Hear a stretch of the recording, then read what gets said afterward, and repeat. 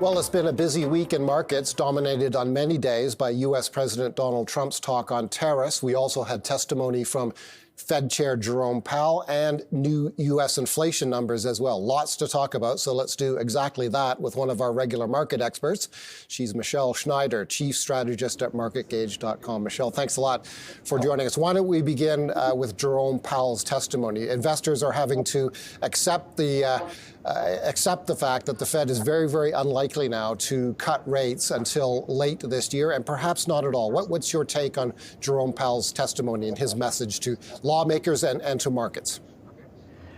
Well, I think the most interesting thing about what Powell said is that, yes, although he does not believe that we're getting to 2% inflation anytime soon and is willing to be more restrictive in terms of policy, he also is showing concerns based on tariffs about what would happen with the job market or with the consumer in general, which we saw terrible retail sales today.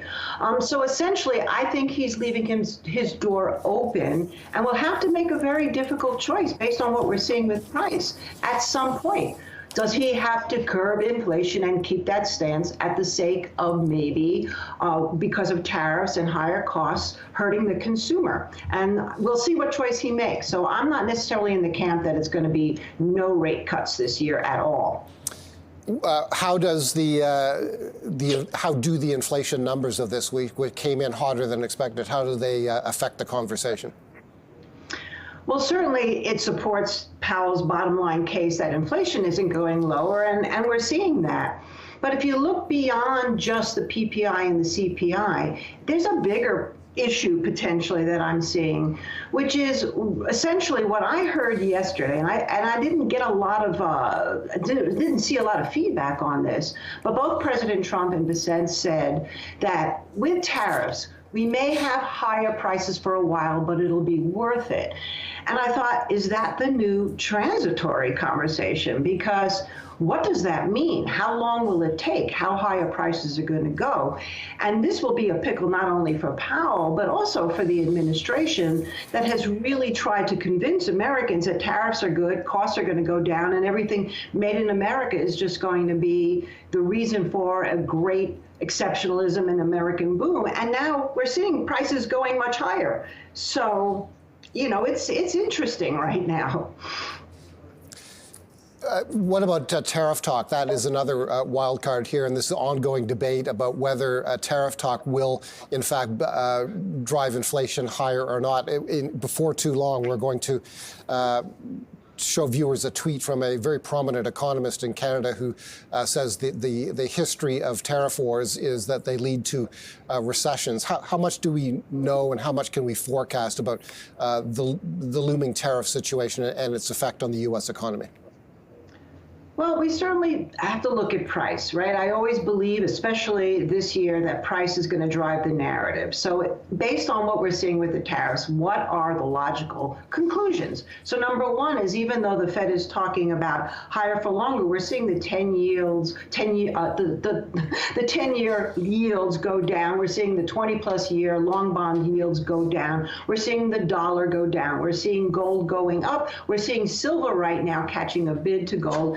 Silver outperforming gold is inflationary. We're seeing sugar prices, which is another really key barometer, going up. Corn, wheat, all of a sudden starting to go up. So you put that all together, what the tariffs and the impact and the anticipation is that that's going to really be damaging, at least in terms of inflation. And then, of course, when you get higher inflation, the best cure for inflation is recession. So the question will be, at one point, does that flip from a reflation, hyperinflation, stagflation, and recession? You just got to watch all those things. And of course, the most important sector to watch right now, Paul, would be the consumer sector, because that's going to tell you what's going to happen in the economy. And that has not been participating, with the SPY coming near all-time highs. We told viewers that you believe a commodities supercycle may be at hand. Talk to us more about that. You just referenced a number of commodities and the notion of silver outperforming gold. How close do you think we could be to the beginning of a commodities supercycle? And that, of course, is a multi-year period where commodities broadly track higher. Well, I like to use a trifecta because, again, I'm coming from a trading mentality, so price is going to rule. And there are three things, right? Number one is, does silver begin to outperform gold? That is inflationary. We've seen that in periods of time, but basically gold has been well outperforming because it's been a flight to safety. If that flips to silver, that is definitely an indication not only about shortages of silver and possible supply chain, but great demand and high inflation anticipation. Number two is the dollar. Well, the dollar just dropped precipitously from trading at around 109 to right now below 107 at around 106 and change.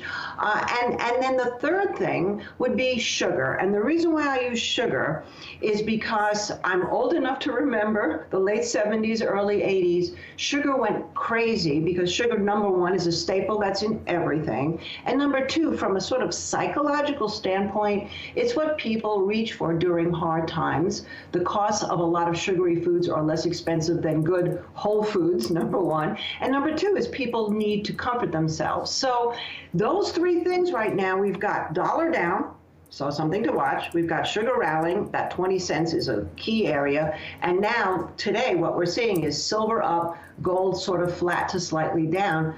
That's why I think if those things continue to play out, we could be in for some interesting hyperinflation, at least in a lot of assets, not necessarily all. Okay, we're out of time, but you do have a position in silver, I understand.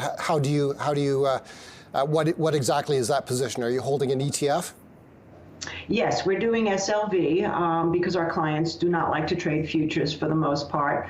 But yeah, I mean, this is again, I'm old enough to remember, right? So when you start to see those parabolic moves, right now we took out 30 was key. Then we took out 32 was key. Right now we're hitting around 34, 35. We get through there, we're going to 40. You've got to keep adding to those positions and then raising your risk point so that it doesn't turn into a loss. But that's the way to accumulate money. Sort of compounding what people do for stocks.